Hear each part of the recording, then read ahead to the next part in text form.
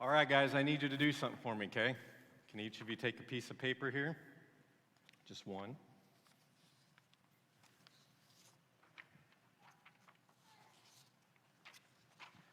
Okay, this is going to be difficult, so you really need to pay attention. Can you hold it in front of your face for me? Just like that. Can you tell me what color it is? It's pink? Oh my goodness, you guys have too many lights. Can you shut off all the colored lights? Come on up here. What color is this piece of paper? This is supposed to be easy. Goodness, what kind of education you guys get around here? Okay, what color is this paper? It's white, correct? Okay, good, my goodness. There you go, got a gift for you. Here, I'm gonna give you that one because you think it's pink already. Can you please put those on for me? And if you guys ever want to take a picture of them looking good, there you go, right there. Now, look at your piece of paper. What color is that piece of paper? Is it pink? You think it's red? You think it's yellow? What color is yours? Is it blue? Is it yellow? Is it red? Or is it white? It's really white, right? But why does it look blue? Because you got blue glasses on. Why is hers red? Is she wrong that it looks red? Because she has red glasses on. If she were to come in and tell you that that is red and not blue, and you guys were having a conversation talking about that piece of paper, would that drive you crazy if you didn't see her glasses? Why? Would you think she's wrong? Yeah. But is she? To me, she's wrong, but to her, she's right. To you, she's wrong, but to her, she's right. And why? Because I'm wearing blue glasses and she's wearing red.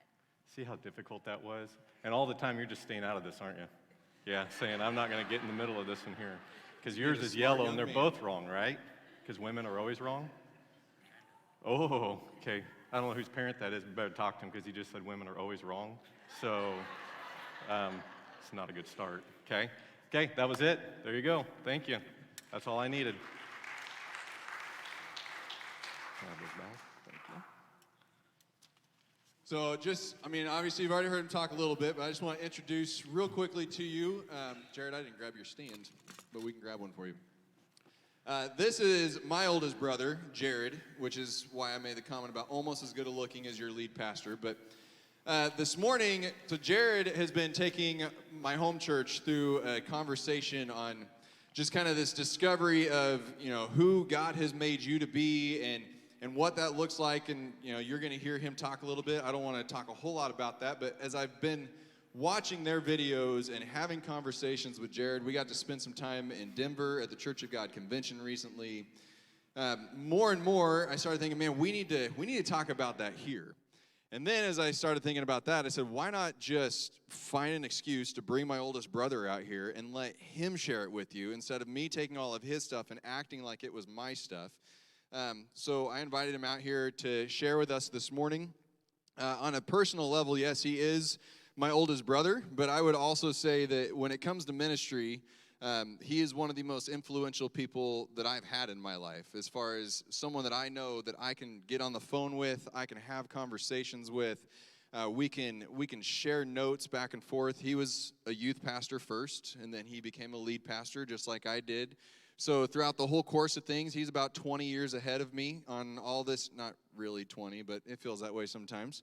But it's just a lot of the things that I am are because of conversations that I've had with him. So blame him for all the bad things as you listen to him this morning as to where I'm at right now. But hopefully you'll be able to hear something this morning that you take home and you realize, man, God really did want me to walk away with that. So would you please welcome Jerod Brown?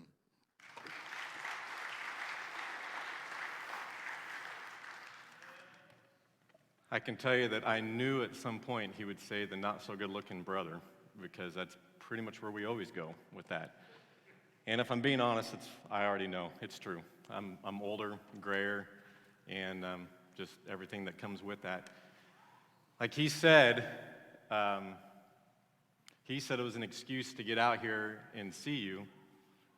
Is that normal? Well, it's okay. I mean, less nervous if I don't see it. Just, I made a comment about the lights, and here we go.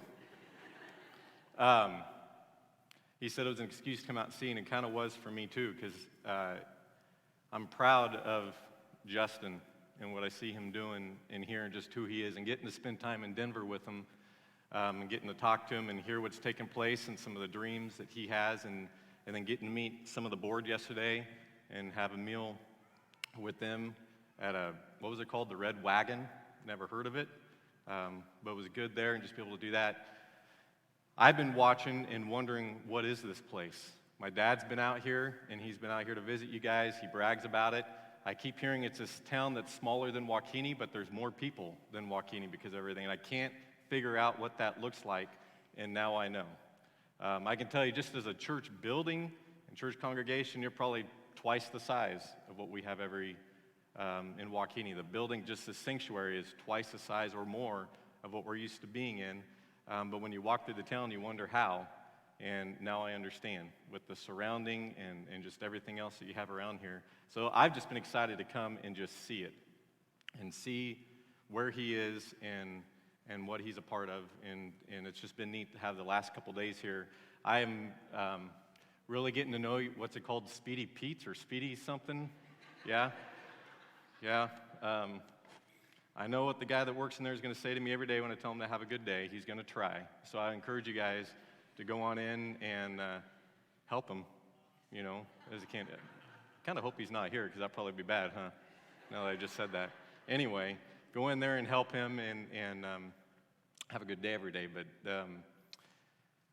I did get asked yesterday, and this made me a little nervous, and I don't remember which one it was that asked me, because we went to my niece's cross-country meet, which actually was kind of hard for me, because my son ran cross-country 2 years ago. He's going to be a senior this year, and he did really well. He actually went to state, and we enjoyed watching him, but just some stuff with that coach they had at the time really burned out all the runners and everything, and so he's not going to run anymore. He is really turned off to cross-country and running, so getting to watch that yesterday was kind of neat and kind of sad, just getting to be around that environment of watching cross-country. But while I was there, I got to meet a few folks, and one of the first questions I was asked was, do you also preach in jeans with holes in them? The answer is no, I do not. So for you, you can take a deep breath. I do normally preach in jeans, but my wife told me, not this time you're not. You're not going somewhere else. We just bought you a new pair of nice pants. Wear those. And so I actually had to iron for the first time in like a year and a half today after packing this and being here. I don't preach in jeans with holes. Main reason is because I am not a millennial. I'm a Gen Xer, and if I'm a Gen Xer preaching in tight jeans with holes, I look like a Gen Xer trying to be a millennial, and that's just stupid. I mean, that's just what it comes down to. I don't get it. In fact, whenever we do watch or my wife sees Justin, she goes, he is definitely the millennial in the family, and you are the Gen Xer. I just say, no, he's definitely adopted, and we're normal. So we just go with the rest of that. But that was the first question that was asked, and I can put you at ease. As you can see, I don't wear jeans with holes in them. The second question I was asked was, I heard, or maybe it was more of a statement than a question, was I heard you preach longer than him. That's a possibility, all right? That could be. I tend to kind of get going or get excited about it, but I really worked at trying not to on that, because I don't want him to have that claim over me. So I've been going back and watching how long he preaches the last 2 months and seeing where that is. But it made me a little nervous that maybe you guys are going to be watching that. So one thing because of that, and especially with this topic that I'm talking on that I'm pretty passionate about, I've realized that I can get going. And that's one reason I've started sitting down. It makes me kind of stay more with, here's what's in front of me, here's the script, the stuff that I've thought through and prepared, and so it just comes across quite different. And I will not be near as charismatic, as outgoing, as whatever you want to call it, as Justin. We really do at times wonder if he's adopted. He is the only one that acts like he acts in our family.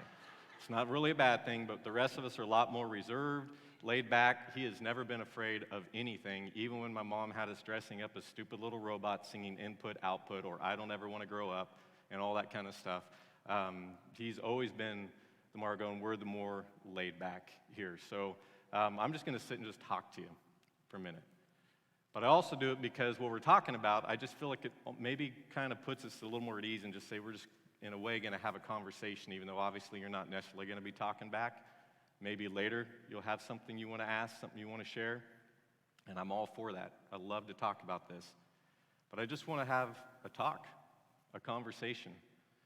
Not just with you, but it's something that I felt about the church.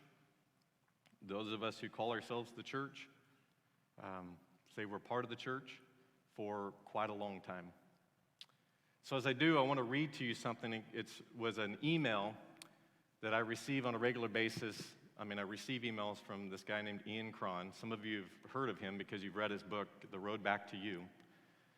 And I get a regular weekly email, and I got one not too long ago that just stuck with me.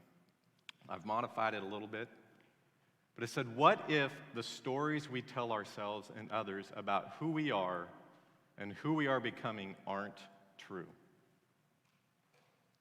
As human beings, we understand our lives as narratives. We acquire stories very early in life as a way to find meaning and to make sense of our experiences, either real or perceived.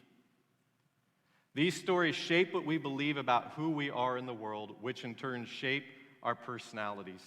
They hold incredible influence over our thoughts and over our feelings and over our actions. And they distort the lens through which we see the world. He said, what if we had the opportunity to take off that lens and ask ourselves, is this actually true? Is this actually a clear depiction of reality, or is it somehow bent? We would probably see that the story isn't always true. Unfortunately, when we acquire one of these stories and make it the large dominant narrative of our life, we become trapped in a constricted world. Our work then is to find the thread of our own story amid the cables and the knots and the networks of our broken stories. This is how we grow. He says, I think it's what Merton meant when he said, for me to become a saint means to become myself. It means to find our real story and become our true selves. For only our true selves bring glory to God. I'll be honest, it's difficult for us to find and inhabit our true story, but we can and we must. Let me just ask a quick question. Do you still desire to bring glory to God with your life? Do we? Do we still believe that we need to grow? Or have we figured it out? We need to start today with those two questions. Because if we say no to either one of those, you aren't going to care about anything else that's said today. But if we still say, yeah, there's still something there, I know I got room for growth. I've still got growth to do. There's still things I don't understand, and I still want to bring glory to God with my life. So I invite you to join me in just hearing this today. But let's pray together, would you? Just bow your head. I like to do that just because of the distractions around us. And just take a deep breath for a minute. If you're like me in my life and those around us, we just need to take a breath and really take serious what God says when he says, just be still and know that I'm God.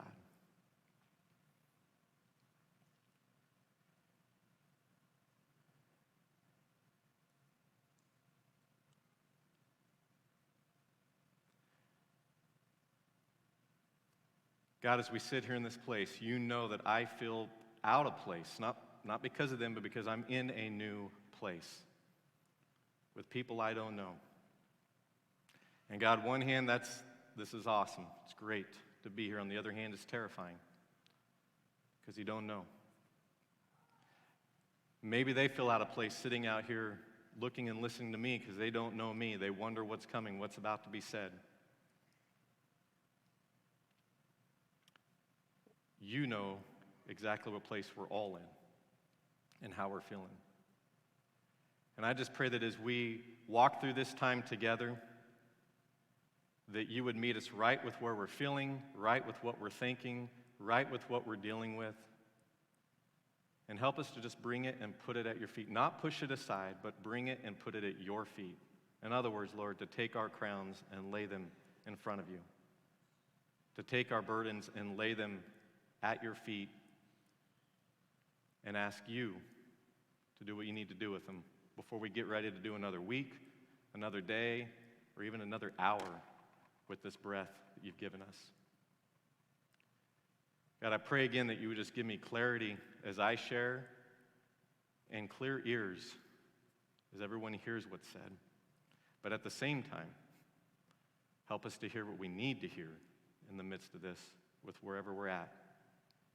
Thank you again for this opportunity, for this moment, for this time that we often take so for granted, to be able to just stop in your presence with each other and hear from you. In Jesus' name, amen.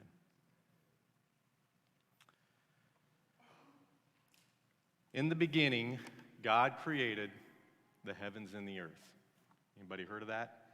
This slide doesn't go up quite yet. In the beginning, God created the heavens and the earth. When's the last time we've read that? When you go through, it's really quite amazing. In that beginning time when he's creating this, it says, God said, let there be light. And there was light. Then God said, let there be vault between the waters to separate water from water. And it happened. Then God said, let the water under the sky be gathered to one place and let dry ground appear. And it happened. Then God said, let there be lights in the vault of the sky to separate the day from the night, and let them serve as signs to mark sacred times, the days and the years. And it happened. Then God said, let the water teem with living creatures, and let birds fly above the earth across the vault of the sky. And it happened. Then God said, let the land produce living creatures according to their kinds, the livestock, the creatures that move along the ground, and the wild animals, each according to its kind. And it was so. You know, I've told you in the mornings I've been taking walks. And just for some reason the other day, there's an app called the Dwell app. Matt Chandler says it's the app that makes him want to punch the devil in the face. I don't quite know what that means yet, but it's something good, I think. But it's the Bible, narrated, or not narrated, just read in a way that just hear it. And I was walking through town here, and it was before everybody was really up, really going. And it is amazing how many birds you have out here as the sun is coming up. And of course, you're next to the fields. And as you're listening to this and you're looking out, you're going, man, this is amazing. You guys live in an amazing part of the country. I can tell you this, it's a lot greener here than it is back home in Waukene. It's beautiful. It's humid. That part stinks. That's ridiculous. But the rest of it is great. And I'm walking and I'm thinking of that. But then soon I'm listening, and all of a sudden cars started going by on Main Street, which it's amazing how many cars go by on Main Street. And then it was getting hard to actually hear what was being read through the app and to hear the birds and stuff, and I found myself getting frustrated because I realized that all the noise that was starting to kick in, even though there's not a lot here, but even what was there was making it hard for me to pay attention to and realize what I was just experiencing. And so often that happens in our lives and we forget. In all the noise, God created all this with his word. God just said, and there it was. But we haven't even got to maybe the best, most amazing thing that God created, because then it says, then God said, let us make mankind. After all this other, then he says, let us make mankind, and let us make mankind in our image, in our likeness. And it shares so that they can rule over these things that he created. But it says, so God created mankind in his own image. In the image of God, he created them. Male and female, he created them. And then God sat back and saw all that he made and said, man, that is good. That is very good. The only thing created in his image was mankind. In the midst of everything that was experienced everything that was done, everything that was put out there, then he makes mankind in his own image. In his own image. He created them. And he said, that is good. Monroe City and wherever else you come, I can't even say all the names of these towns yet. What's the one we went to get coffee? I keep saying it wrong. Vincennes. I should remember sins. Then I'll add Vin. Then I'll get it. And we'll go from there. That's probably not good either, huh? Vincennes, Washington. I don't think they come from Evansville, but I just want to remind you of something this morning.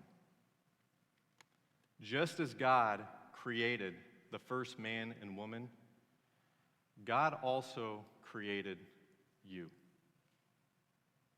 and everyone you see sitting around you and everyone you're going to go out and meet this week. Just as real as what I read happened in the beginning happened with you and everyone else in here. And if there's nothing else that you get today, I hope we at least hear that. Because we need to understand that along with that is the truth that was written by the words of David in the Psalm when he says, you created my inmost being. You knit me together in my mother's womb. I praise you because I am fearfully and wonderfully made, because your works are wonderful. And I know that full well. Every time I read this passage of Scripture, I am taken back about 15 years when I was in Portland, Oregon as a youth pastor at a church called Holiday Park Church of God, which actually no longer exists as a body. They disbanded a few years ago. They sold their building. Another church is there now called Bridgetown Church. But I'm always taken back there when I was a youth pastor, and I think of one particular thing that would happen on a weekly basis. There was a group of ladies that would come in every Thursday, and we called them the Quilting Ladies because that's what they did. They quilted. And I would go in there just about every Thursday when I was around, because I was the young youth pastor, they were the older ladies, and you could get them to like you real easily because, the young youth pastor with the old ladies, and made you feel good to go in and visit them and have them all happy because they came in and paid attention. But when you would go in, they would be in this room. It was our fireside room, and there could be 4 of them or there could be 14. It just depended on the week that was there. And you would walk into the room, and they would have this quilt. It wasn't just a little quilt. It wasn't sitting in rocking chairs with little quilts doing this. It was one great big quilt that was stretched out. And I don't know knitting or quilting, and so whatever they're called, things that stretched out the quilt. And they would have that thing stretched out, and these ladies would be sitting around it, and they would just be sitting there with a pattern in front of them that somebody had given them in each of their spots, and that piece of paper would be there. And I'd walk in, and there'd be a lady sitting here, and a lady sitting here, and a lady sitting here, and she would have her needle and string or yarn or whatever the stuff's called that they would put it through, and they would be sitting there, and every time you'd walk in, you would just watch them. They're sitting there drinking coffee, gossiping, all the stuff that they're going to be doing there that pretend like they weren't, but they're sitting around that quilt and looking at that pattern, and one stitch at a time, they're quilting that thing. And sometimes some of these quilts would take 5, 6, 7, 8, 9 months to get done.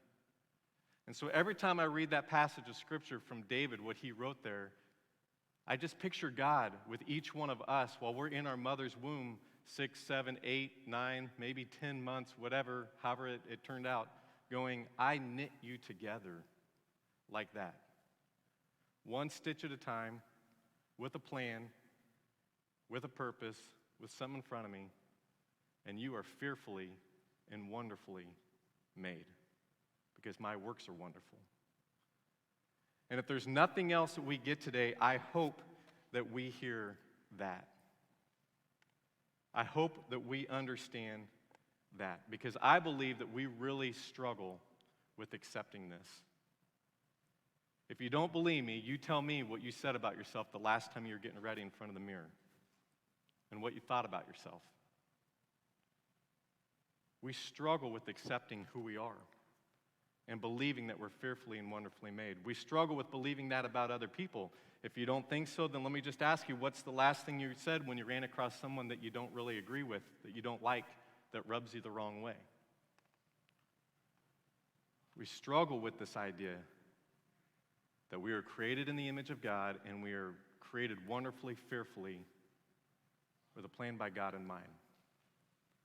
And I say all that to one, say, if nothing else, I hope you hear that today.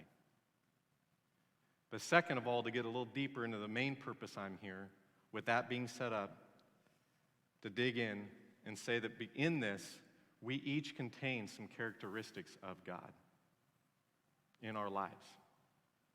Every person sitting in this room actually contains some characteristics of God, and we're given a purpose for how he wants us to reflect these particular characteristics of him to others and just to the world as a whole. Within every person sitting in this room, see, we are all a part of that story that he began long ago.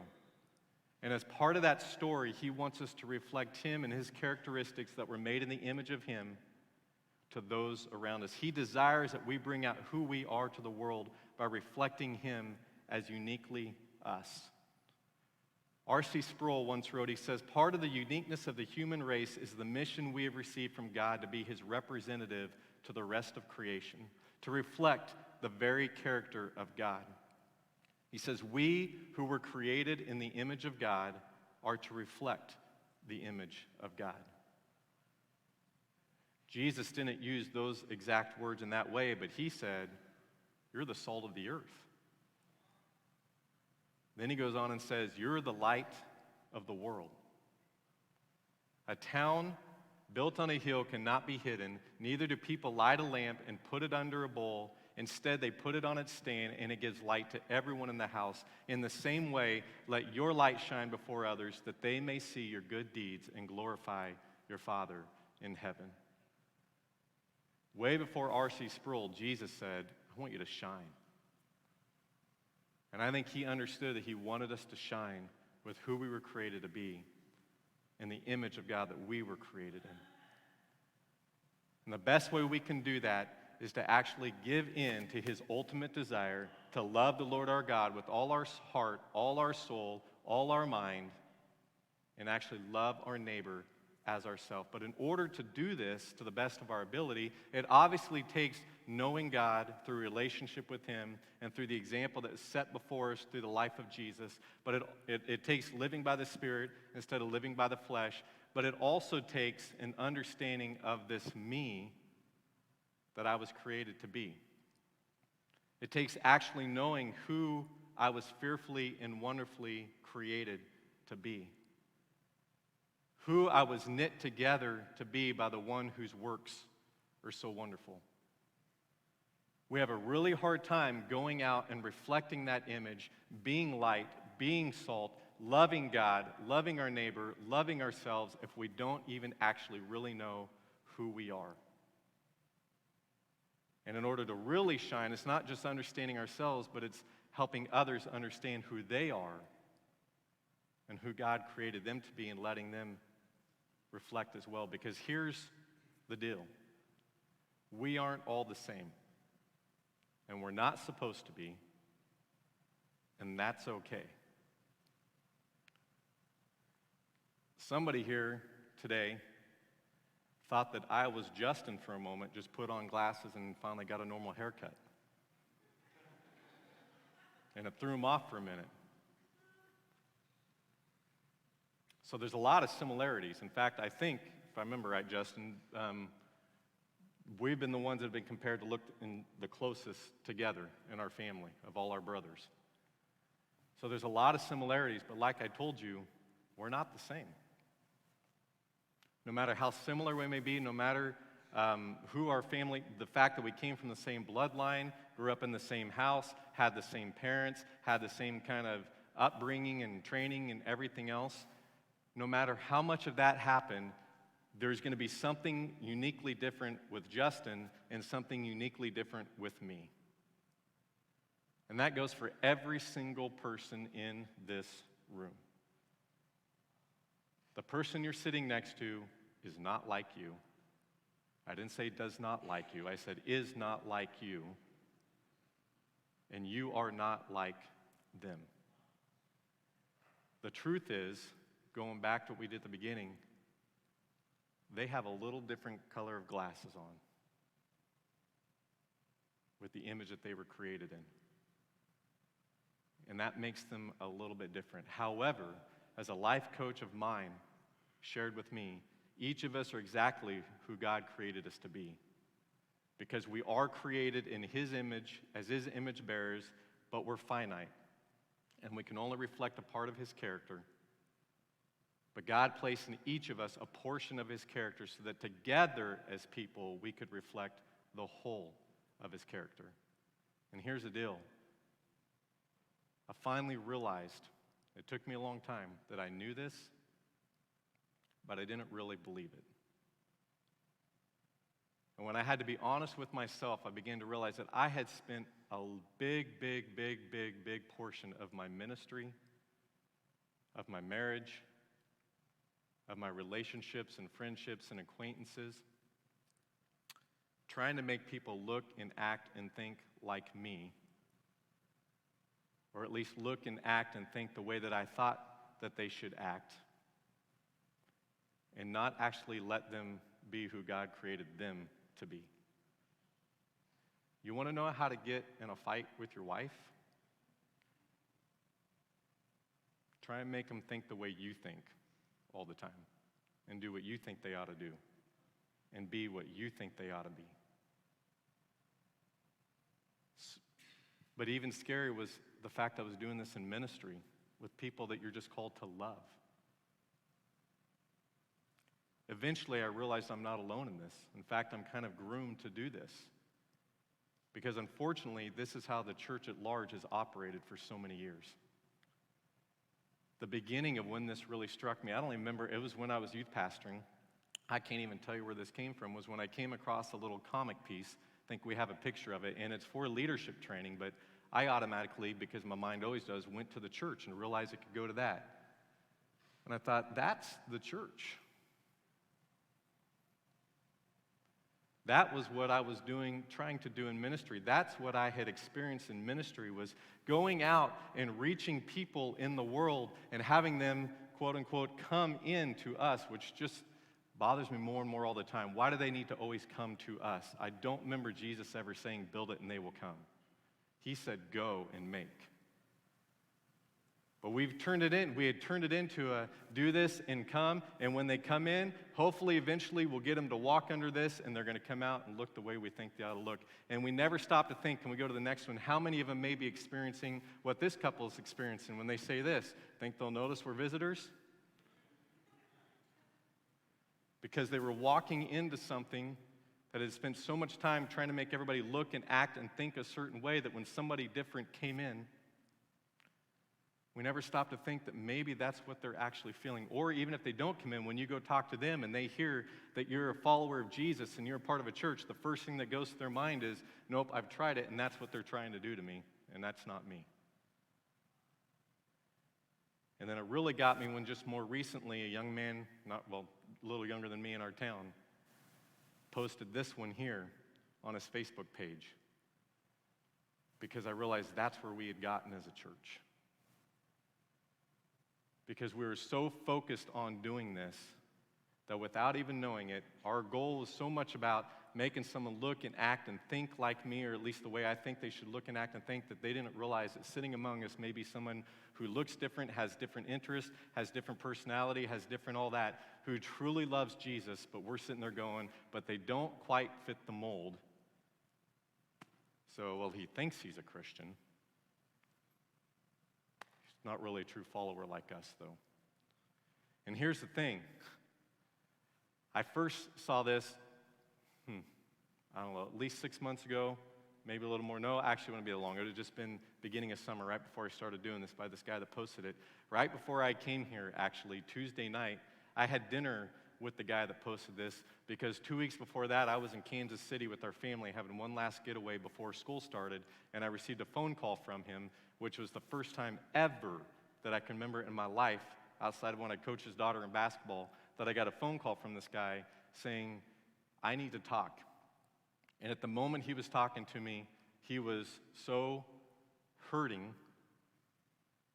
that I believe he was probably pretty inebriated, but he was considering trying to do something that he had already tried once before, and that was take a gun to his head. And over a year ago, he tried. The only thing that kept it from happening was it clicked and didn't go off. And he wanted to talk to somebody because he was in so much pain and so much hurt and so much rejection again with everything going on that he was just going, God, why am I even here? And he was finding it from nobody, including the church. So Tuesday night, I was actually with the guy that posted this in Subway, and I'll tell you, looks like this guy. He's a big biker, even though I'm pretty amazed. He's lost 65 pounds, he told me while he was there. He showed me his pants.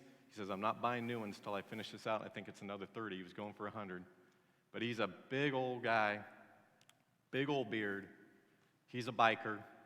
He's got a rough past. He's got MS. His biking crew is trying to send him. His biking crew, his biker's crew that he rides with, is the one that's rallied around him. I'm not saying that's bad that they got to be bikers to him. I'm just saying not the church. The biking crew has rallied around, raised funds to send him to Germany for a special treatment for his MS to try and help him because he's in so much pain. He says, probably in the next couple hours, the pill that I had to take will kick in and I'll be sicker than a dog again and have to try and figure out how to get through the night. And what he was also, the reason he was struggling is because he responded to an EMS call in a town close to us about 4 years ago of a young boy in our church who had shot himself, they don't know if it was accident or on purpose, in the head. And it was so bad, all those that were there are still messed up by that call. And he said he's haunted by that. And he doesn't want to go home because it goes through his head, so he drinks, because at least it numbs the pain until he passes out.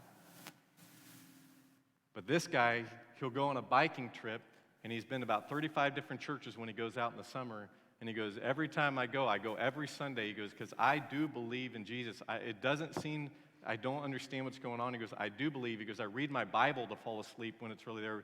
Sometimes he's got a heart of gold. He's a teddy bear. But he says, every time I go into a church, I will go in there, and I will come down, and I'll sit in the middle row. And he goes, it's amazing the looks that I get when I walk in there. Why? I mean, seriously, why? Other than, has the church come to that place? Doesn't look like me, probably doesn't think like me, and I guarantee he doesn't act like me.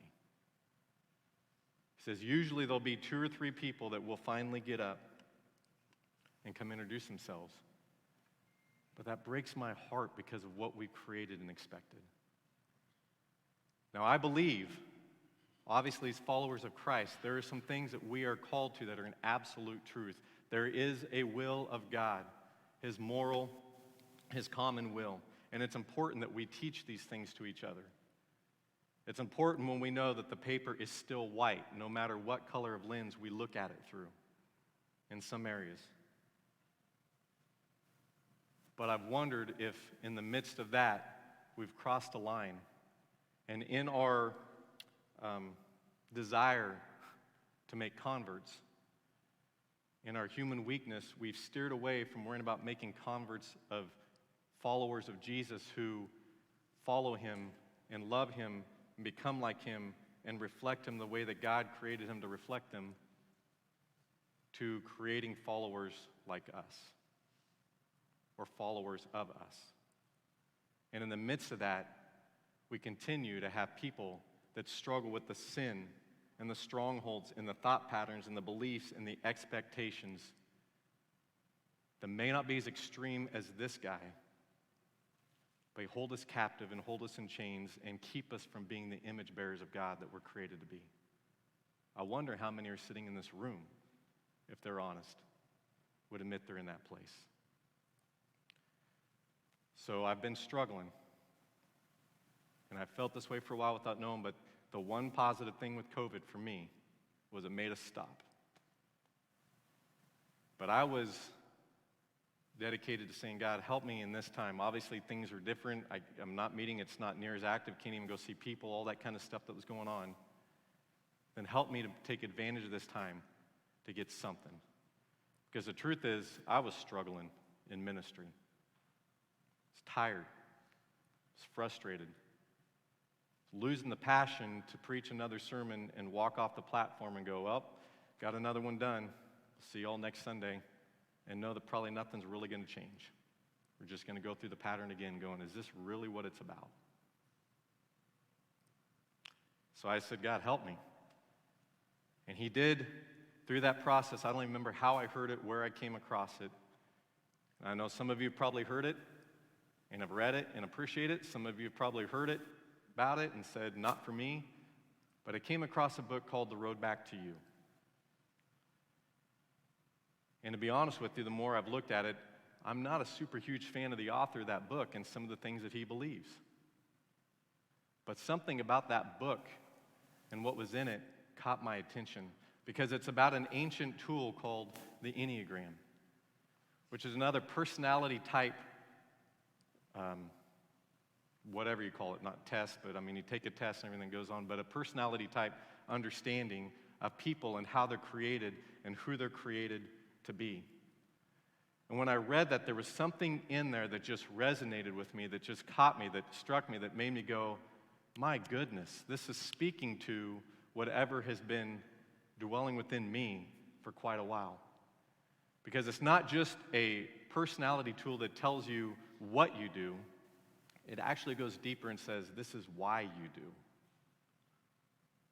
It goes in there and says, it's not about what actually comes out, it's the motivations, the stuff that underlying that's in there that of what is the purpose for that, where that's coming from.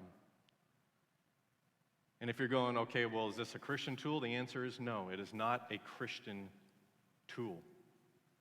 It's not a Christian basis in there.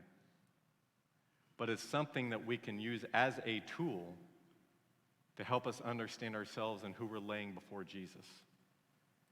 I look at it a lot like an x-ray machine, that you can go in there and you can take a deep look at yourself and it can point out these things so that you can then take it to the doctor and say, this is where we need to work. This is where I'm really struggling still. This is where I'm still caught up in this core, whatever. Because in here, what it does is it brings up 4 different core parts of ourselves that we're living with on a regular basis. It brings up our core fear, that thing that we're constantly running away from and hoping doesn't happen in our life. It brings up our core desire, which is what we're always striving for and believing will bring complete fulfillment in life. It talks about and helps us see our core weakness, that thing that when we're living in our core fear and we're desiring that core desire, this is a thing that we continually, subconsciously, habitually, whatever you want to call it, go back to and find ourselves seeking as our weakness. It's that thing like what Paul talked about when he says, hey, I don't know what I do. In fact, when he wrote his thing, he says, the law is spiritual, but I'm unspiritual. Soul is a slave to sin because I don't understand what I do. He says, for what I want to do, I do not do, but what I hate, I do. And if I do what I do not want to do, I agree that the law is good. I love reading that fast, just to try and keep up. But I agree that the law is good. As it is no longer I myself who do it, but it is sin living in me. For I know what good itself does not dwell in me, that is in my sinful nature. For I have the desire to do what is good, but I cannot carry it out. For I do not do the good I want to do, but the evil I do not want to do, this I keep on doing. That's that core weakness. That when we lay our head on our pillow at night, we don't have to perform or look good for anybody. We go, God, why did I do that again? Why did that happen again? I love how he sums it up in the New Living Translation. Paul simply says, I don't really understand myself. This tool helps go in and look at our core fear, our core desire, our core weakness, and our core longing, the message that our heart is always wanting to hear, thirsting to hear, that will help us maybe meet that ache that we have as we live in this Genesis 3 world. I picked that up and I said, you know what, this is something, as I went through this, that we've got to approach with the church, whether it's the Enneagram, whether it's another tool, whether it's just finding a counselor,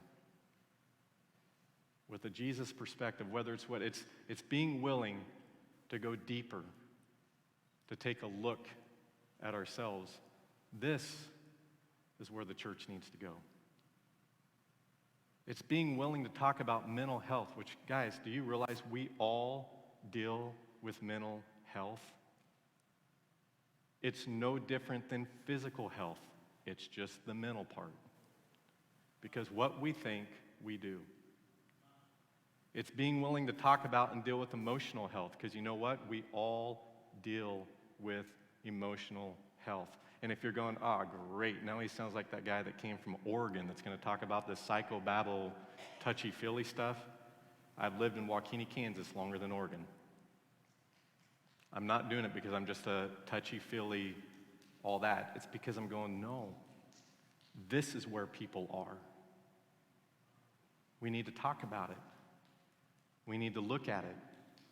We need to dig into it for ourselves and with others. But historically, unfortunately, the church has not helped well in walking with someone as they walk through these core struggles. We've gotten nervous by it. We've become very spiritual around it and said, no, what you need is another Bible verse. What you need is just to pray this prayer. What you need is to go to another Bible study. Hang out with more Christian friends. Listen to more worship music, which are all good practices that we should apply to our lives, but without dealing with the core issues that are part of it. What we've done is created an opportunity for them to experience spiritual bypassing again, where they go and they take in another event, another moment, another whatever, and they sidestep the practical, personal, emotional, unfinished business in their lives and belittle the basic feelings and needs and concerns they have and not bring them to Jesus. In other words, we put a Band-Aid, spiritual Band-Aid, on a wound that requires way more than what you would find in your kitchen cupboard.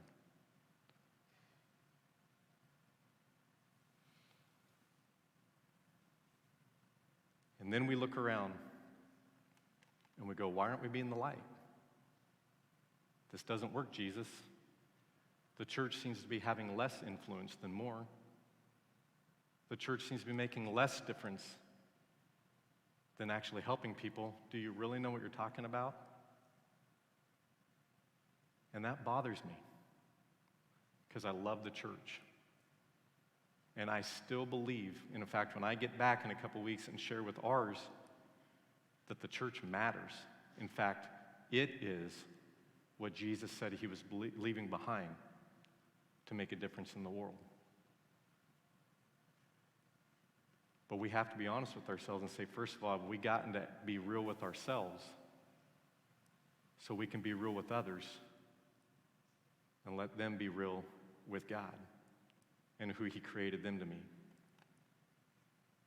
The surgery that is the most helpful, the most healing, I would even say the most necessary, is being willing to ask the Holy Spirit to walk us through taking a deep, honest look at ourselves so that we can get to know who we really are, bad and good, better, and walk in step with the Spirit, coming alive to what he's doing versus what we think ought to be done according to our personality types, message, and motivation. The work we need to be doing starts there, what I call search me surgery, what the same guy that wrote that about being knit together in his mother's womb later in the chapter said, search me, God, and know my heart. Test me and know my anxious thoughts. I have a strong belief that the church needs to come to this point where we're willing to go there so that we can put ourselves under the x-ray machine, let the doctor do his work on us, and then be in a place where we can go to others and say, let's bring out who he created you to be. I want to get people together and help each other understand who God created us to be.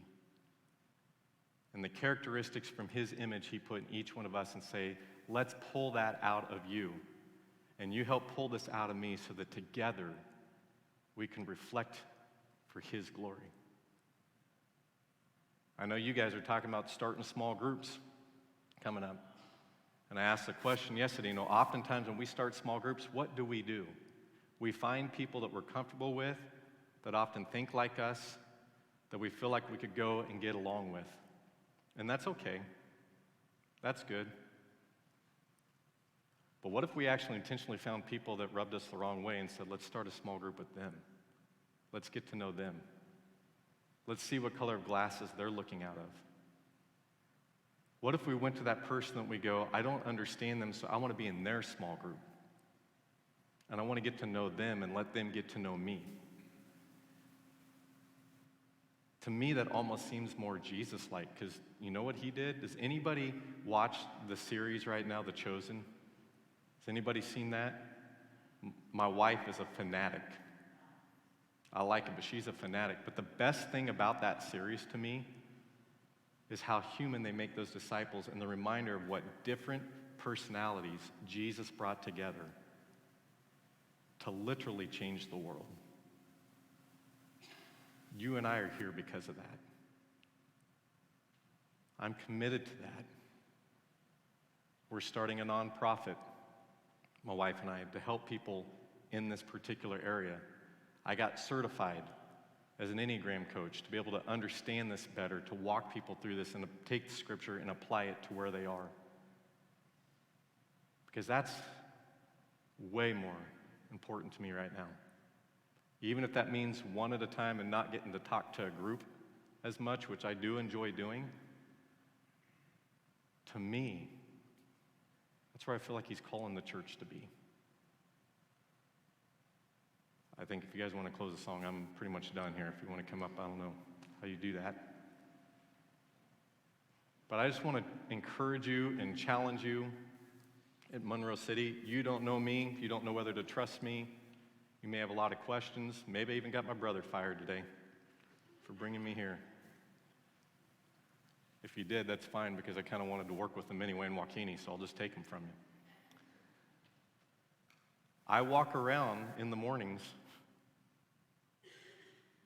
and first I was afraid to get off of Main Street because, man, this area is confusing. I live in the country. I know east, west, north, and south until I came here. I still haven't figured out which way the sun comes up.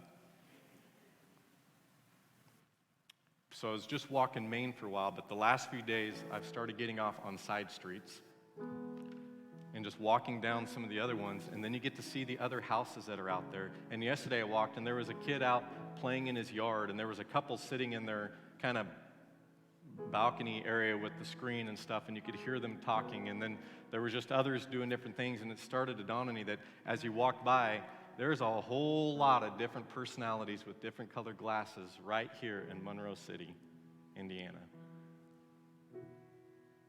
And God's going, I love them. I created them in my image. Man, I would love for my church to go let them see who I created them to be. I would love it if they'd get out there and put aside what they think it should all look like from their lens, from the colored glasses they've got on, from the things they've experienced, and the way that I created them, and would get out there and say, hey, can I get to know you? Take them to Speedy Pete's. Have a cup of coffee. Am I saying that right? Is it Speedy Pete's? Okay. Everybody looks at me like, I know it's Pete's, something. Take them there. What difference might that make? And how much more fulfilling when one person finally goes, I get it.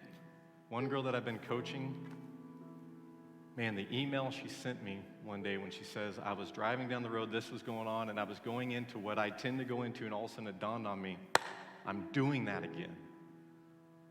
I said, God, help me. And I was able to respond differently to my husband and my kids in that moment than I have in a long time. And she sent this whole email saying, basically what I'm trying to tell you is it worked. That was an awesome moment for me. More awesome than the person 2 Sundays ago that came up and said, good message again, I'll see you next week. it's fulfilling. But it's going to start with you taking it serious yourself. It's the last thing I'll show you here, and you're going to have to look close. Can you see that? Try and get it there. That white thing's kind of covering it. Can anybody see what's in there? It's a pebble. The fact you can't see it is the important part of it. It's really tiny.